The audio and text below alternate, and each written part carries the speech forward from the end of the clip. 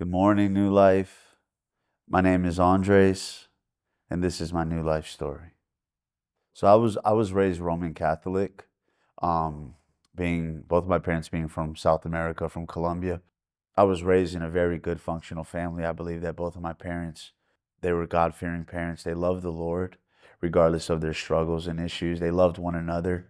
I was just intrigued by the world. I was fascinated by it. I thought fighting was cool. I saw people smoking cigarettes. I thought it was cool. It was also, I think, a sense of wanting to maybe feel accepted. Going from middle school to high school, I went to about five different high schools. I got kicked out of my first one my freshman year. The second one, I got kicked out as well. The third one, I left and went to what's called a Montessori or magnet school. My parents thought it would be best to take me out of South Florida and possibly move somewhere else. And then that's when we relocated to Minnesota.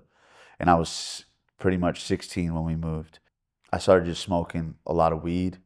Got introduced to that with some of my teammates from soccer.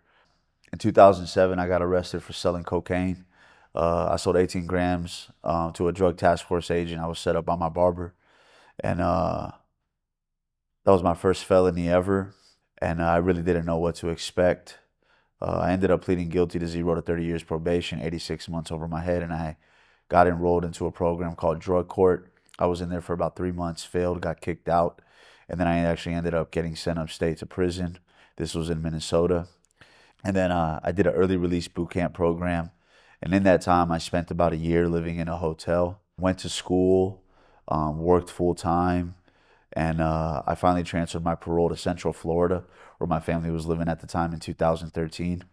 It was in October of 2013. I received a phone call from my biological father. He told me to go pick up some money from somebody in Virginia. And the woman was somebody that I guess he supposedly knew. I asked if it was legit. He said it was. He gave me the number. I contacted the woman. I reached out to her, and she told me to meet her in Virginia. So when I got to the place where I was supposed to meet the woman, I was arrested by the FBI. It was in 2013.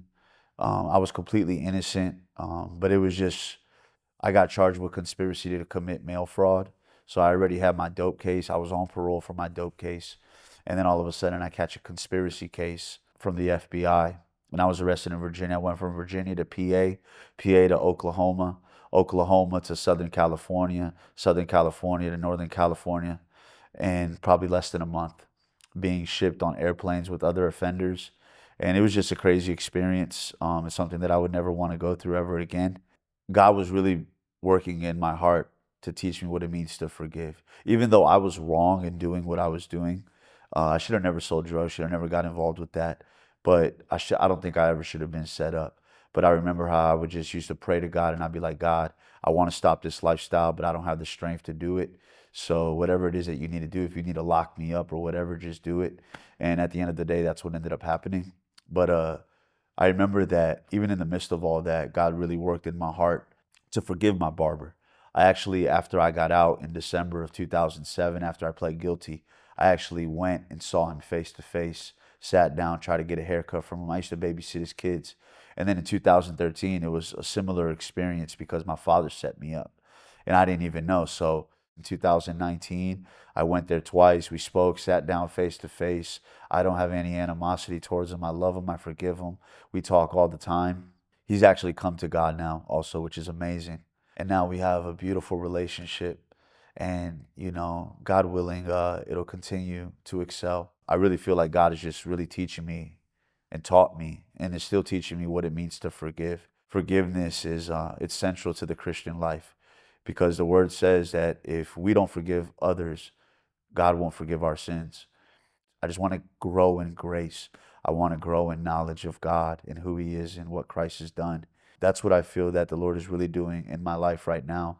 He's teaching me how to be a child and just receive His love as a father by the love that I have for my son. And it's just amazing. And I'm just very grateful.